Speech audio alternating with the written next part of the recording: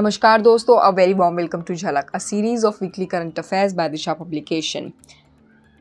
आई am Sara Tyagi और इस video में हम एक झलक डालेंगे पिछले हफ्ते की महत्वपूर्ण खबरों पर जो आपके एग्जाम पॉइंट ऑफ व्यू से बहुत इंपॉर्टेंट हो जाती हैं।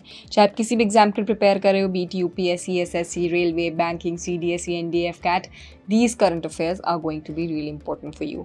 और अगर आपको इनका एक कोलैबोरेटेड फॉर्म चाहिए then you can go and check out our quarterly compilation magazine. The link of the magazine is provided to you in the description box. Along with that, the PDF link of this video is also provided to you on our Telegram channel. Telegram channel के दोनों ही links आपको हमारे description box में दिए हुए हैं. Please go and join that because वहाँ पे हमारी सारे videos के links आते हैं, सारी जो latest books आ रही हैं, latest examination से related information, everything is available on our Telegram channel. Please go and join our Telegram channel. Okay? और शुरुआत करते हैं आपसे अपने फर्स्ट सेगमेंट से of the week which is people in news. The first person who is in news is Jagdeep Dhankhar. We all know Jagdeep Dhankhar recently took oath as the 14th vice president of India. Okay, 6 अगस्त को इनको elect किया गया था and इनके बारे में अगर बात करें तो he has done his law from university of Rajasthan और राजस्थान असेंबली में ये MLA रहे थे कृष्णगढ़ से 1993 में। उसके बाद 1989 में he was elected as the member of the parliament from Jhunjhunu constituency. He has also previously served as the Minister of State for Parliamentary Affairs and also he was also the Governor of Bengal since 2019. ये चीज़ important है बहुत कि he was the Governor of Bengal since 2019, इससे पहले। ठीक है, इन्होंने governor की पोस्ट पे ये थे क्योंकि काफ़ी एग्जाम्स में पूछा जाता है ऐसे स्टेटमेंट्स देके और ये 3-4 चीज़ें उनके बारे में देके पूछा जा सकता है, इसलिए इट्स इम्पॉर्टेंट। अब बढ़ते हैं अगले पर्सन की तरफ, who's James Marape. James Marape following the election of Papua New Guinea वहाँ के प्राइम मिनिस्टर बन चुके हैं अब ये James Marape for the second term he is been elected. वहाँ पे इलेक्शंस हुए थे जुलाई 4 से जुलाई 22 के बीच, which is not very important for us but apart from it the most important thing is Papua New Guinea के ये प्राइम मिनिस्टर बन चुके हैं। एग्जाम में पूछा जा सकता है, कहीं से भी आ सकता है, किसी भी एग्जाम में। अगले पर्सन की तरफ बढ़ते हैं, मिस्टर शशि थरूर। शशि थरूर जी को फ्रेंच गवर्नमेंट ने हाईएस्ट सिविलियन अवार्ड देने का फैसला किया है which is Chevalier de la Legion d'Honneur. ठीक है, ही was presented this award. Basically, he has recently been presented by the French government and to the Congress leader Shashi Tharoor. ठीक है, और बेसिकली इनको ये क्यों दिया गया है ऑनर, ये क्यों किया गया है, बिकॉज इन्होंने 2021 में फ्रेंच में एक स्पीच दी थी जहाँ जो कि वहाँ के एम्बेसी, कॉन्सुलेट्स, मिलिट्री अटैचेस जो हैं वो काफ़ी सरप्राइज हो गए थे इस फ्रेंच स्पीच को सुन के। Shashi Tharoor has also been received a similar honor, the Encomienda de Real Order España de Carlos by Spanish government also in 2010. हम सभी को पता है जो शशि थरूर जी हैं, is known for his vocabulary, is known for because he is a very good orator also. So इसलिए जब ये स्पीच देते हैं his speeches become really famous. Okay, इसलिए इनको रिसेंटली अवार्ड दिया गया है बाय फ्रेंच गवर्नमेंट। ये आपको याद रखना है, एग्जाम में पूछा जा सकता है। अब बढ़ते हैं ऑब्ituaries की तरफ। मिस्टर राकेश झुनझुनवाला, हमने काफ़ी न्यूज़ में देखी है ये और पढ़ा भी कि veteran stock market investor Rakesh Jhunjhunwala ji की रिसेंटली उनका देहांत हो गया था। उनको इंडियाज़ वॉरेन बफेट भी बोला जाता है and big bull of Indian markets बोला जाता है। इनका नेट वर्थ है 5.8 बिलियन डॉलर्स का और he was one of the richest man in the country who recently passed away in a car accident actually. So it is important from the exam point of view also क्योंकि कभी कभी किसी exam में जैसे ये statement जो है इनके बारे में इंडियन वॉरेन बफेट बोल जाता है, पूछा जा सकता है किसके लिए कहा जाता है, ये टर्म किसके लिए यूज़ किया जाता है, तो इट इज़ राकेश झुनझुनवाला। अब बढ़ते हैं अगले सेगमेंट की तरफ which is important days. Important days में मैंने इस बार सबसे इंपॉर्टेंट डे एक ही कवर किया है, that is international day of the world's indigenous peoples. ये ऑब्जर्व होता है 9 अगस्त को and it is observe to basically honour people and preserve the rights, communities and knowledge of the indigenous people. ठीक है, और इसकी जो थीम थी वो थी the role of indigenous women in the preservation and transmission of traditional knowledge. ठीक है, आपको और एक चीज़ याद रखनी है, दिसंबर 23, 1994 को UNGA ने एक पास किया था रेजोल्यूशन जिसे 49/214 रेजोल्यूशन भी बोलते हैं, और अगस्त 9 उसके बाद से international day of world's indigenous people मनाया जा रहा है। अब बढ़ते हैं अगले सेगमेंट से of the week, which is national news. Conservation of coastal ecosystem.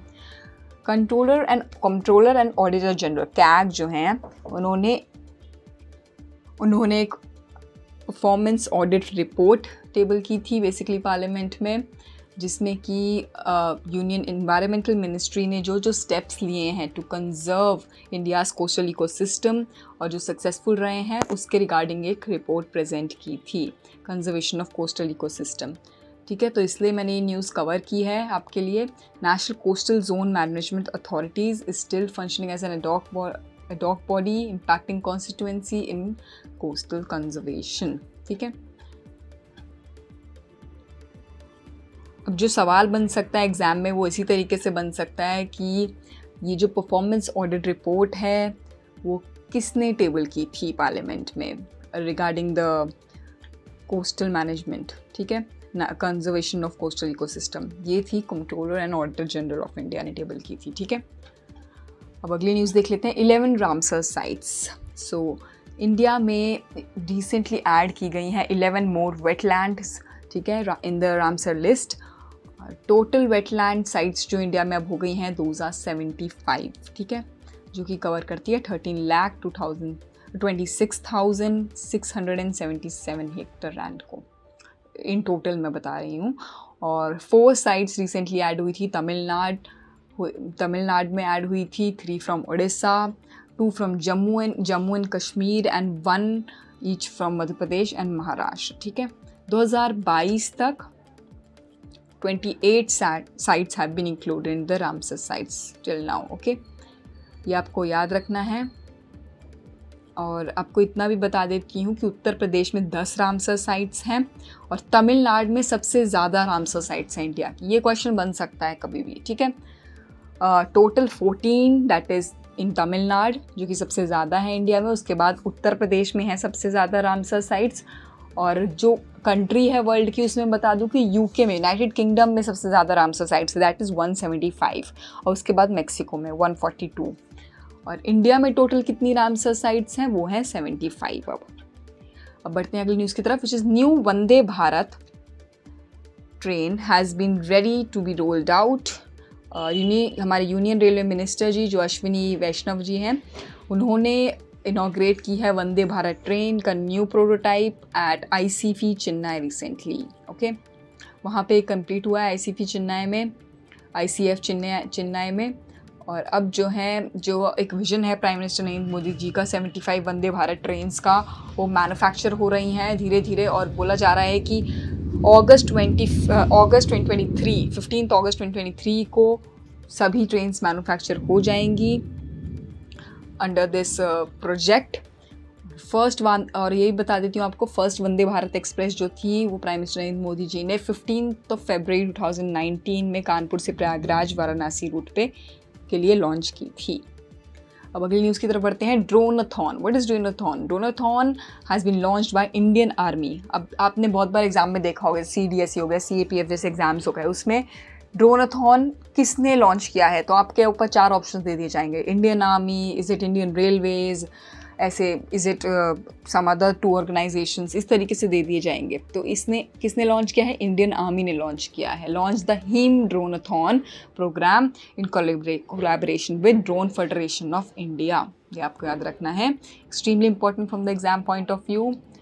और फर्स्ट फेज जो था ड्रोन्स का, it will be developed for the use of Indian Army's operations in the Himalayas. ठीक है, अगली न्यूज़ की तरफ बढ़ते हैं। Virtual space museum. So ISRO ने रिसेंटली लॉन्च किया है digital platform called Spark space museum. ठीक है, for showcasing several ISRO missions with an interactive interface. So आज़ादी का अमृत महोत्सव हम मना रहे हैं इस साल, और 75 ईयर्स ऑफ इंडिपेंडेंस बेसिकली, और उसी के अंदर काफ़ी सारे ऐसे प्लेटफॉर्म, डिजिटल प्लेटफॉर्म्स, बहुत सारे प्रोजेक्ट्स लॉन्च हो रहे हैं, जिसमें से एक ये भी है स्पार्क स्पेस म्यूजियम। जो कि इसरो के चेयरमैन जो हैं एस सोमनाथ, उन्होंने लॉन्च किया है रिसेंटली। और इसमें this platform it will host documents, images, videos related to ISRO launch vehicle, satellites and scientific missions. ये आपको याद रखना है, spark, it is launched by ISRO. अगली न्यूज़ की तरफ बढ़ते हैं। India's first 3D printed human cornea. Researchers in Hyderabad they have successfully printed 3D and artificial cornea. इन्होंने प्रिंट किया है, ठीक है, जिसे बोल रहे हैं 3D printed cornea, and place it in a rabbits I for the first time ever in India. Rabbit की आई में ये प्लेस किया गया है। ये क्वेश्चन बन सकता है एग्जाम में कि किसके आई में प्लेस किया गया है। बेसिकली रैबिट की आई में 3D प्रिंटेड कॉर्निया। और किसने लॉन्च किया है? रिसर्चर्स इन हैदराबाद, ठीक है। It was created locally to support from the government and philanthropic organisations, natural, free of synthetic ingredients and safe for patients to use. अभी तो ये रैबिट्स की आई में लॉन्च किया गया है, but in future we can expect that कि ये ह्यूमंस की उसमें भी आई में भी बेसिकली लगाया जा सकता है, ठीक है। अब बढ़ते हैं हमारे अगले सेगमेंट की तरफ, which is international news. Exercise युद्ध अभ्यास। एक्सरसाइज युद्ध अभ्यास हर साल कंडक्ट की जाती है। ये इसका 18th एडिशन था। इंडियन आर्मी और US आर्मी के बीच होती है। बहुत ही फेमस एक्सरसाइज है। और अभी इसकी न्यूज़ आई है, ये ऑल्दो कंडक्ट होगी 14 अक्टूबर से 31 अक्टूबर तक। औली नाम की जगह है उत्तराखंड में, वहाँ पर, ठीक है। और बेसिकली ये अंडरस्टैंडिंग, कोऑपरेशन एंड इंटरपोर्टेबिलिटी डेवलप करने के लिए होती है दोनों आर्मीज़ के बीच में। तो ये चीज़ आपको याद रखनी है। अगली न्यूज़ की तरफ बढ़ते हैं। Vaccine for Omicron. United kingdom has recently authorised first ever covid vaccine for Omicron variant, ठीक है। और ये फर्स्ट कंट्री बन चुकी है ऐसा करने वाली। तो ये क्वेश्चन बन सकता है एग्जाम में। Again and again I am saying, ये जो झलक के वीडियोस होते हैं, you can not miss them because questions यहीं से बनते हैं। करंट अफेयर्स से और बाहर क्वेश्चंस नहीं बनेंगे। अगली न्यूज़ करते हैं। Iran nuclear deal. Iran has recently submitted a written response to final roadmap of restoring its stone nuclear deal with world powers. Okay? Basically जो पुरानी न्यूक्लियर डील थी ईरान की, उसको वापस रिफर्बिश करने की तैयारी हो गई है। इसलिए रिटन रोड मैप एक प्रिपेयर किया गया है। ईरान एंड यूनाइटेड स्टेट्स, उनके बीच में डिफरेंस ऑफ 3 इशूज़ आ गए थे। United states noted verbal flexibility in 2 issues but Iran demands included in writing, ठीक है। बेसिकली इनके बीच में जो नेगोशिएटर है वो यूरोपियन यूनियन है और उसने इनडायरेक्ट टॉक्स करने की बहुत कोशिश की है, नेगोशिएट करने की कोशिश की है US के साथ।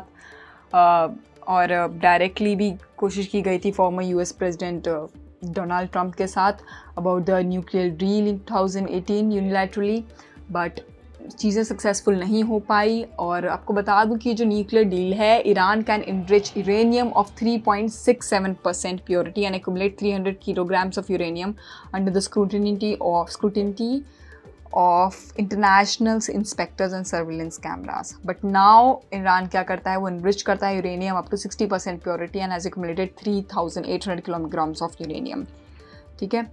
It has also turned off the surveillance cameras and seized other footages, so which can be dangerous again। और हम कोशिश करेंगे कि हम इसके ईरान न्यूक्लियर डील जो है इसके ऊपर एक अलग से आपके लिए पूरी फुल फ्लेजेड वीडियो लेके आएँ, so that you can get the clear idea of what exactly it is, ठीक है। अब बढ़ते हैं अगली इसकी तरफ। Double digit inflation in UK। Britain annual inflation recently raised and touch double digit which is 10.1% in July month. और पिछले साल के मुकाबले ये इस टाइम डबल डिजिट्स में आ गई है and it is the sharpest increase since 1982, ठीक है। बैंक ऑफ इंग्लैंड जो है, it says that soaring natural gas prices और is likely to drive the consumers inflation to 13.3% in the month of October also.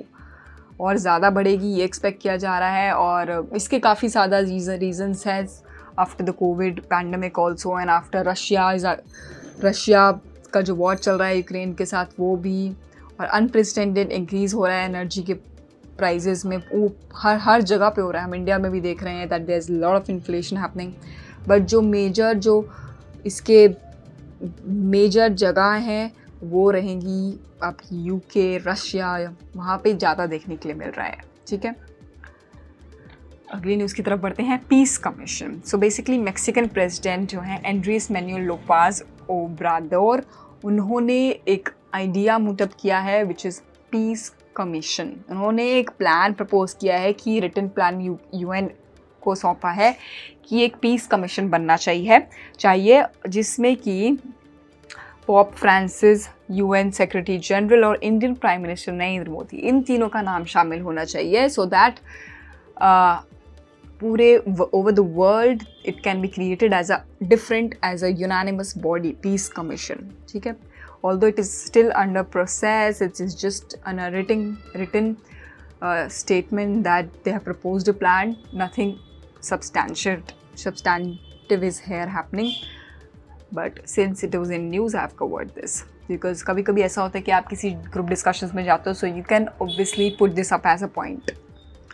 अब आप बढ़ते हैं हमारे लास्ट और फाइनल सेगमेंट की तरफ of the week, which is sports segment. Serena Williams is in news, she is a tennis legend from United States और इन्होंने रिसेंटली अनाउंस किया है अपना retirement.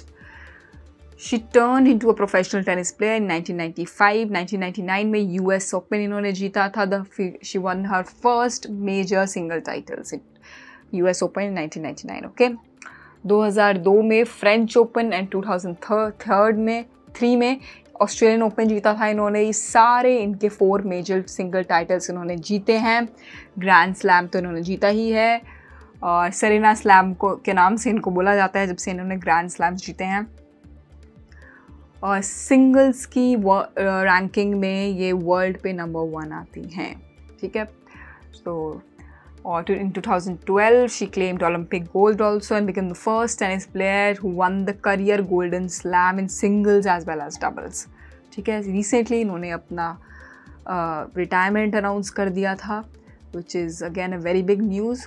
So I hope we can expect this question in the examinations also. So this was it for the weekend. I hope you are enjoying the series, and if you are, please do like, share and subscribe our channel and have a great week ahead. Dhanyawad.